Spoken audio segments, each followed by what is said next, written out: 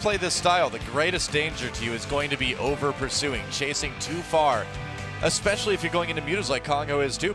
But up to this point, he's played very safe. I like it.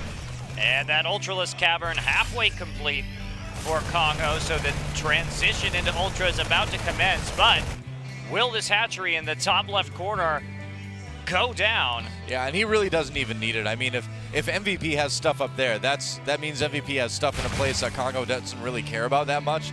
So that's perfectly fine. I mean, Congo's already up a base. The bottom right is probably going to be pretty appealing. And that medevac, oh, there it goes. That's what happens when Ignite Afterburners end. That's right. And the Afterburners de-ignite. And now, absorb. Oh, wow. Oh, gotta be Huge careful. chest to split right there in order to avoid the Widow Mine. Scans going down. Gotta find that Queen, gotta pick it off. Gotta get a lot of those creep tumors as well. MVP finally getting some time to take out this hatchery. Yeah. Quality time with Marines and a hatchery, but look at this. Lucier coming in right as the Broodlings finish helping out. And he's gonna be able to take out those Marines, no problem. And the first wave of Ultras is on the way, as is that Greater Spire. Yeah. So he's keeping his options open. And there we go, a single Zergling.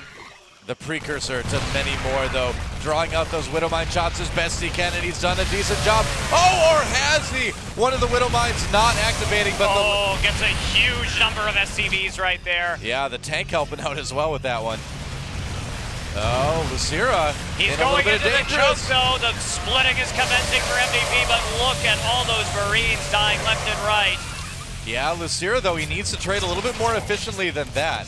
He's got these Ultras out, but he just used nearly all of his Lings and Banelings in those attacks. So when you ask yourself that, like, what's really going to go with these Ultras? Lucira is going to have to play passively for a little while now, and that's going to allow MVP to get that fourth base a little bit better situated. And now we can see only 2-2 upgrades, as our observer is showing us, for Congo, while 3-3 has already been completed, and we're starting to move into vehicle upgrades for MVP as well. Yeah, yeah.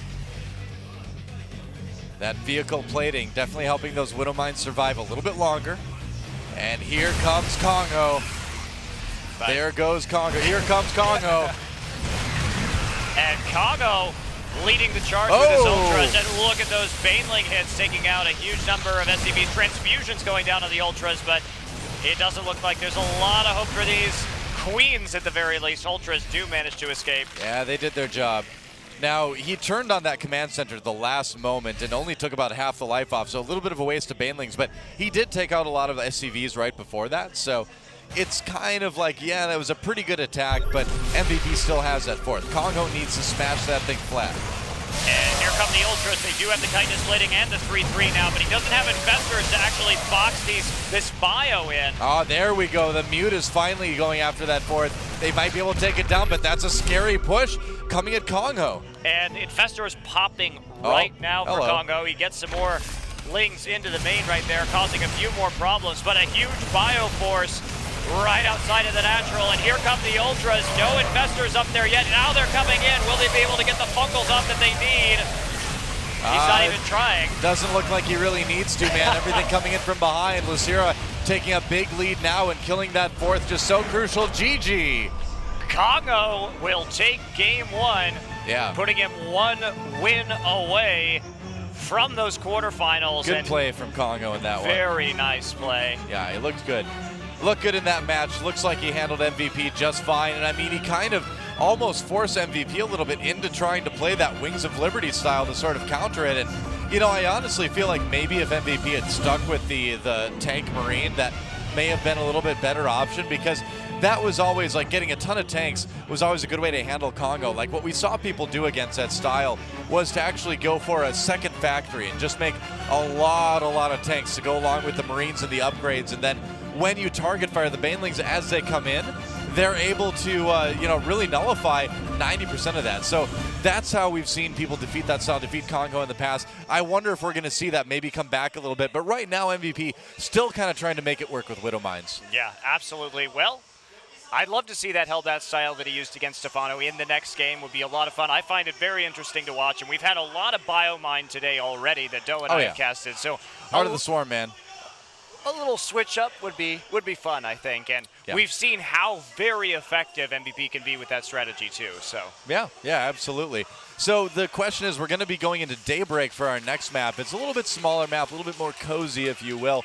You know, will we see MVP go for something more aggressive? Daybreak is actually a very good map for those big mech pushes that we saw a lot of the times in the past, because the map is very straightforward. You can get a big army going. You can just move across the map and try to go for the win, which is kind of generally what you do with mech anyway. So I feel like if we're going to see MVP do a mech-style build in this sort of series, this would be a good opportunity for it.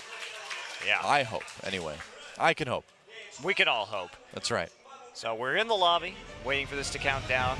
So how do you feel now that we're here on the casting couch? It's very comfortable. I'm very comfortable, yes. I just want to like lean back and sort of like just cast like that, but I don't know. This is kind of like my casting Iron Throne a little bit, I guess. Well, there's MVP puzzling to himself until his puzzler was sore. How do I beat Lysira and not get eliminated in the first round of WCS Season 1 Finals? And here we go, getting into game. Thanks for joining us, guys, on the second stream. Yep. And you will be watching the last match of Group B. It is Kongho versus MVP. Kongho currently up 1-0, and MVP will be your blue Terran here on Daybreak, spawning at 7 o'clock. Kongho, the red Zerg, both players from LGIM. Indeed he will. Wow, the crowd has actually gotten pretty big here. Everyone's kind of filtering in. Yesterday was actually sort of like the Korean version of a Memorial Day. It was a national holiday yesterday, and school is out today as well. So while there's a lot of people with free time, there's also a lot of people out and about with their families too. But now it's time for Starcraft. Everybody's starting to get here, and it is getting a bit crazy. I'm so happy. It's fun. It's fun stuff. Absolutely It's fantastic. good, too, to see the crowds starting to come out for StarCraft, too. I like it. All right, so MVP looks like he's going to be going for, well, we don't know yet because we're not at 12 supply. I'm getting ahead of myself, but Command Center first has kind of been the order of the day, and there's that early drone scout from Lysira again, and I like this. I mean, he's not taking any chances. He really wants to know what his opponent is up to, and being able to do this is certainly helpful. And there we go. Drone scout heading into the base. Hello. Of MVP. Hello, drone. Hello. And it will be a Command Center first from MVP. Just saving up for those right now, and Lysira does know that.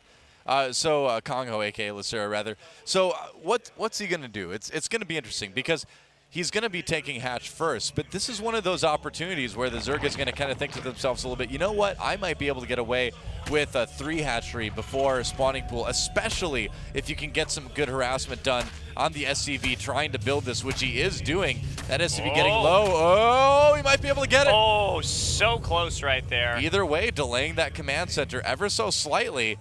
And yeah, that's that situation where the Zerg thinks about it. He's not sending a drone down to the 3rd yet, so we are just going to see a normal build, I bet, but being annoying, that certainly helps quite a bit. And here Gas he is before pool, okay. Yeah, headed back into the main right now. Just seeing if he can get any more delays out of MVP. Yeah, and also seeing that gas too is a nice little bonus. Tells him that there's going to be some tech on the way and not like, you know, a few Marines and bunkers and things like that, kind of the older style that we used to see sometimes. That drone will live for quite a while. You know, drones can live for 2 weeks with their heads cut off. Really? Yeah, really. Yeah, they can also, you know, if they're not killed by Marines, drones actually live forever. They just keep molting, man. Wow. Yeah. That is incredible. If a drone gets the size of whatever you keep it in, so if you keep it in a football stadium, you will have like a 50-foot drone.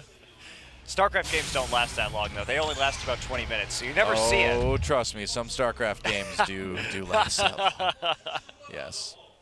I think the longest game I ever casted was about 2 hours long, actually. Really? Maybe even a little bit longer, honestly. Yeah, it was at IPL, and it was a PVZ on Terminus RE. And I'm trying to remember any details beyond that, but we had things like a Colossus with over 200 kills. It was a crazy game. Crazy, crazy game. So, MVP sees the hatchery. He's like, oh good, you're not one base all-inning me. Doesn't happen a lot in CVP. But a very fast lair from Lysira. Oh, okay, so he's going for that quicker lair. Very interesting. I wonder what we're going to see here. Now, there's a couple things that it could be. One thing that I'm hoping it will be is Nidus. I've got my fingers crossed here for Nidus. Oh, you know how much I love Nidus. It's not fair to torment me with this, Doa. Here's the thing, though. He's actually being very tricky with this. He's getting the lair at his natural, so he is definitely planning something a bit tricky, and that makes me really wonder if we're going to see a Nidus all in here from Lucira. Just Nidus speedling simply would be decent enough, and oh, MVP. Hellbats. Yeah, going for the armory, going for the Hellbats, but that's going to mean that he's going to have even less units early on, actually, as he saves up for this. Okay, there's Roach Warren, and I really do think we're going to see a Nidus, because that lair's about to finish, and that would mean that the Nidus and the Roach Warren would finish at around the same time if he decided to go for that. Well, again, crossing our fingers, but we'll see. I'm really hoping you're right, Doa. Be fun to see some Nidus play today. Yeah. And there we go. Hellions out. Burrow. Interesting. Okay. Going for Burrow. All right. And I mean, there's a few things you can use with this. And there's a Nidus. Okay, I was wondering. He actually canceled Burrow. And he got the Nidus Worm. So there it is. He's even hiding it. He's making this so hard for MVP to scout right now.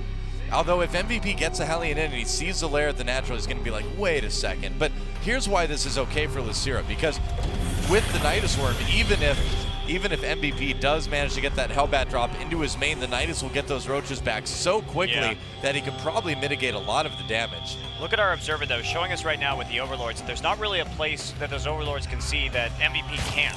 Yeah, that's going to be the tricky part, but he can also unload them right in the front, too, because honestly, MVP doesn't have a lot of defense at the front of his base as well. So, I mean, he could just Nidus those right at the natural as well. Yeah, we'll have to see. I mean, there's a supply depot put down. There goes the scan. Right by, that was a great place, and he doesn't see anything right now. He doesn't even see that Overlord. Sees a roach. He saw a roach come out. So while roaches are fairly common just to get a little bit for defense, that's a little bit crazy. There's a Nidus coming out. Building somewhere. Yeah, it's coming outside the natural, just kind of like we were talking about. Okay. He used to do this build all the time, guys. He did this in ZVP, he did this in ZVT, and one in the main, too. He's distracting him from the one at the natural. Oh, MVP hasn't realized yet this Nidus Worm is about to go up. He kills the bunker, no problem. He's going to jump right into the other one. And he just swaps as the Hellions come. Look at this play from Kongho. Wow. And he's now inside of the main. And MVP, you are in trouble, buddy. Yeah, guys, this is how you use Nidus Worms. In case you were curious, this is, again, as always, brilliant Nidus play from Lucira. All the SCVs coming. Will they be able to do anything about this? He's got a drop going on as well. Those drones have been split up, but this is an all-or-nothing play from Kongho. Trying to surround him. He's got so many SCVs. With the Hellbats, he's actually going to be able to handle this. And he's landing the Vikings as well, just to be able to deal with it. Finally, a Spore Colony. Spore Crawler, rather. The drones do escape the Queen.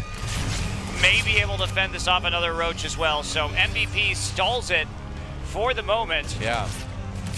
So many SCVs that he could just handle it. And that Hellbat barely getting out in time, but there are two Roaches. Oh, those drones. Oh, Lucira, what are you doing? Oh, that was so close. He lost 4 or 5. He did. Look at all the workers killed. Nearly even. Units killed. Nearly even. It's pretty even. I had a heart attack, though. Lucira almost lost every single one of those other drones. Oh, wow. Wow, indeed. Well, we've kind of reset here.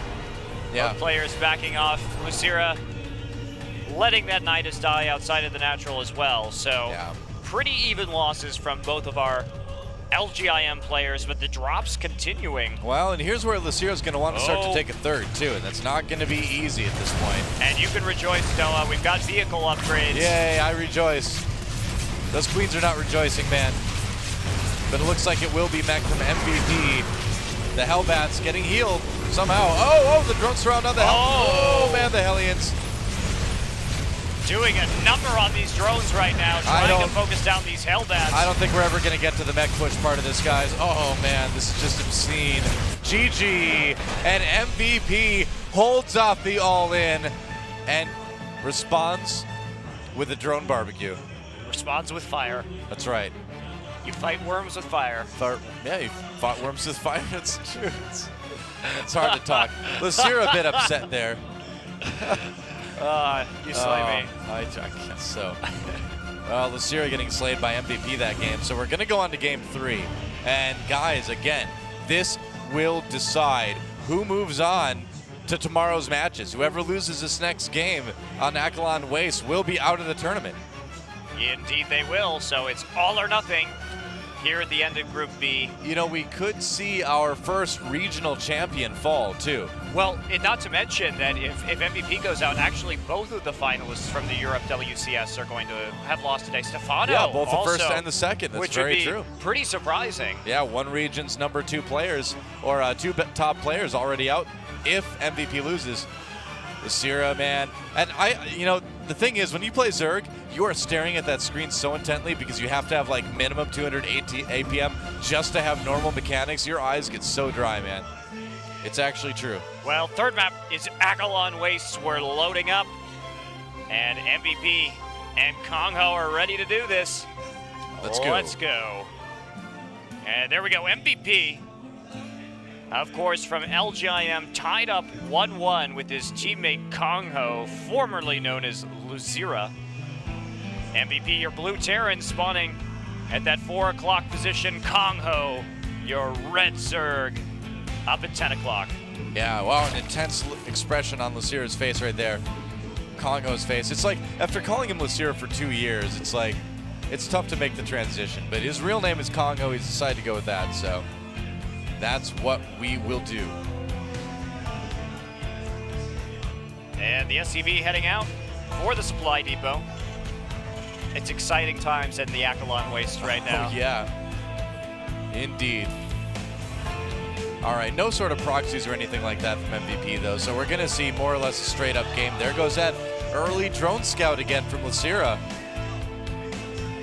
And he's going to see what's going on over at MVP's base. I really like this drone scout. It's something that people stopped doing largely for a while because it does obviously reduce your income by just a little bit to not have that drone mining for that much longer. But honestly, I'm fine with it.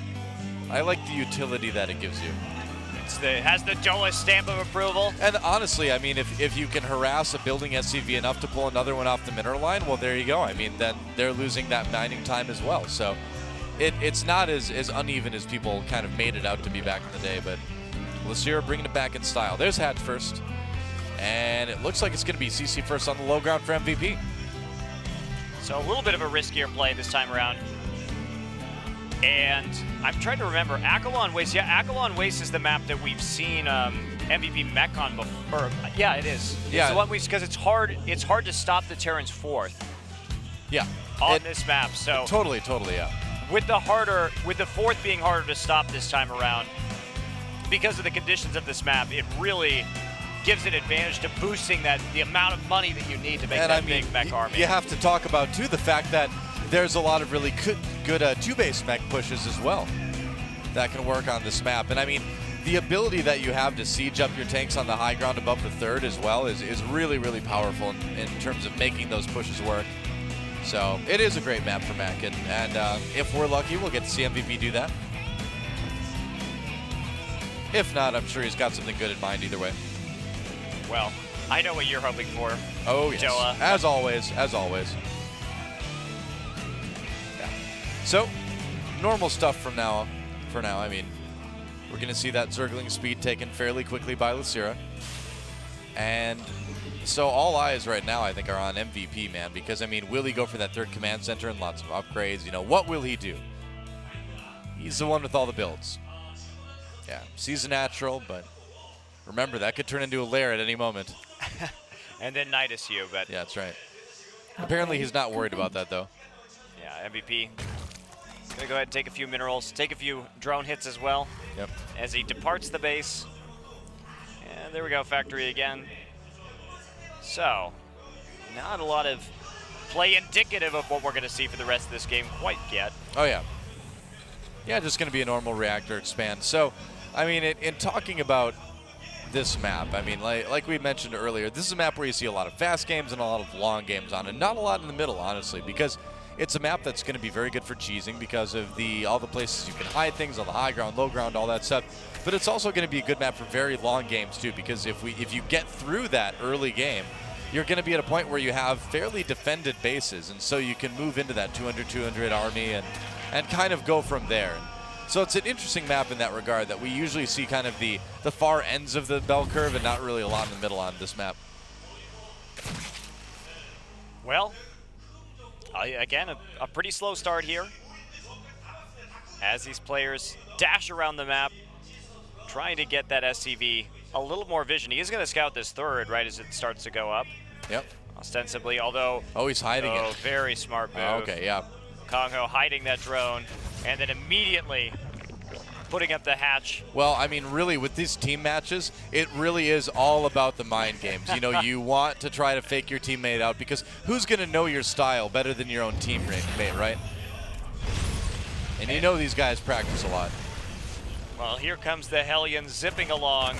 Yeah. We'll probably find that third base pretty darn soon. And Kongho not going to get a lot of information right now. Yeah, he's going to actually see. Yeah, he does see. Doesn't see the switch, but he's going to go ahead and put down a Roach Warren. Kind of stay safe. And there's Blue Flame. All right. So we've seen this a couple times tonight already. We certainly have as well. In fact, MVP kind of hiding a second factory a little bit. Oh, did he? Okay, so we did see both factories. Yes. Yeah. It's so, man, I wish I could control my own computer. I want to have that vision. Yeah, he did see both factories for sure. Yeah. All right, so Lucier knows he needs a lot of roaches. Here comes the first group of Hellions, though. And that's not going to do much to the three Queens already parked at the entrance, at that ramp. This Blue Flame Hellion build is starting to pick up some traction. MVP with two Double armories. There we go. It's time for Mech. So he's not going to do what we've seen earlier today, which is the Blue Flame into bio, but instead just going full-bore Mech. Good. And as long as he keeps plenty of these Hellions alive, he should be in a good spot for that. I mean, one of the early sort of keys with Mech is that you want to keep a lot of map control if you can and not allow things like that to happen, but you also want to make sure you keep as many of those Hellions alive as you can, because you're going to need them to buffer a bit when the big push finally comes in. While Hellbats have kind of taken over that role a bit more, yeah, your Hellions are still very important. Got to be careful. Losing these Queens, he might lose another one. 2 Queens down now for Kongho, and he gets another. Oh, Kongho. And there he goes, splitting up his Zerglings to harass both bases simultaneously. Yeah, so he gets all the information he could ever want. MVP been having a bit of a trouble getting those supply depots raised in this series. Yeah, it's a bit annoying, and Kongho, he knows exactly what's going on now. All the scouting information runs right by both armories. Yeah, no mystery at all for Kongho here. So now we're going to see, you know, how will Kongho decide to respond to mech play? That's the big question now. So the typical response has been those Vipers. Well, there's some options. I mean, Roaches obviously are okay early on. We've seen players try to respond with things like Swarm Host Viper, or like Swarm Host Hydra Viper. There's some options. Generally, when you move into the late game, Broodlords have been always kind of the weapon of choice, just because if you can catch Terran without Vikings, you're going to be in good shape. Oh, man. MVP, though. That's a lot of drones going down. It certainly is. He's going to round up the rest of those Roaches, getting there a day late and $1 short.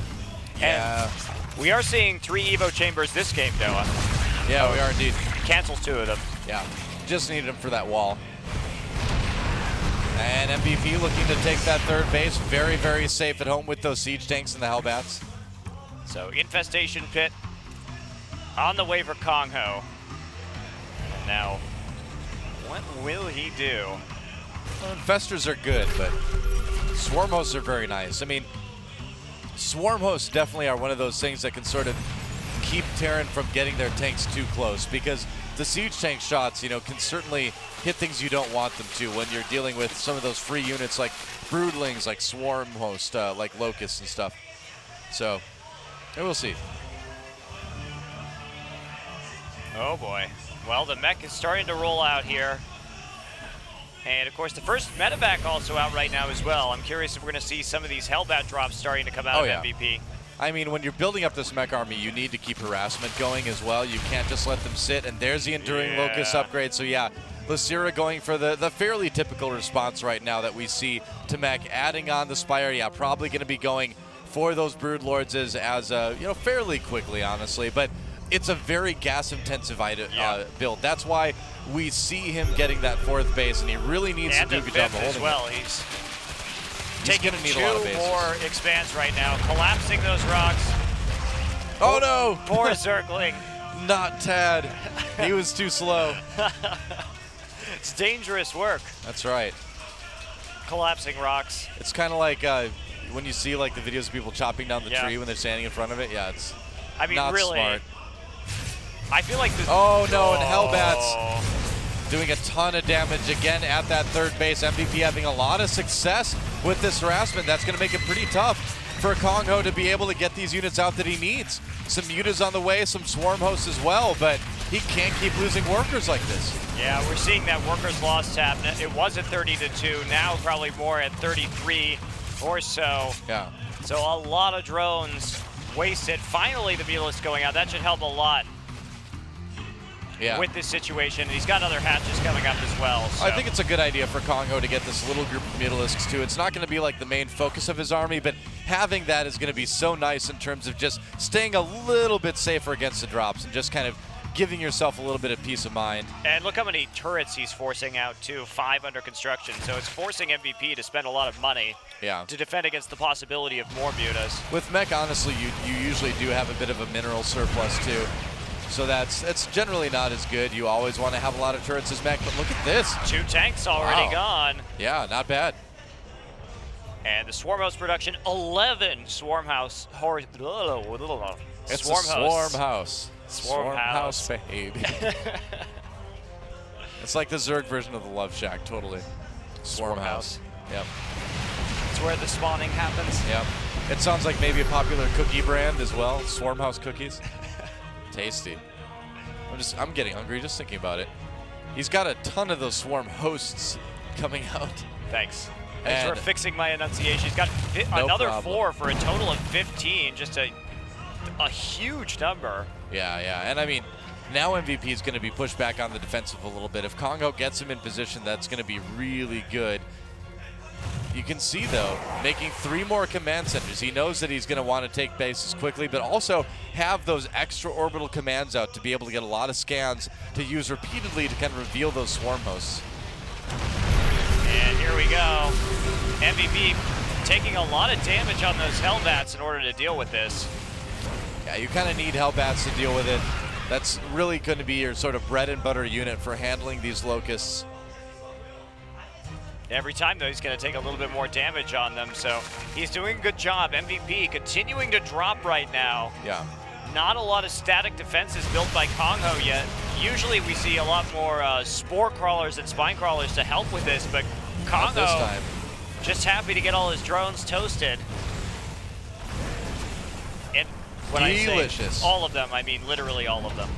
He doesn't kill the one with gas in his hand because those will explode, of course, and explosive flames is very dangerous. He's pushing forward. The scan's going down. The swarm hosts have to back off as they're under tank fire. Yeah. And a tremendous number of tanks out on the map for MVP. 17 with 4 Thors as well.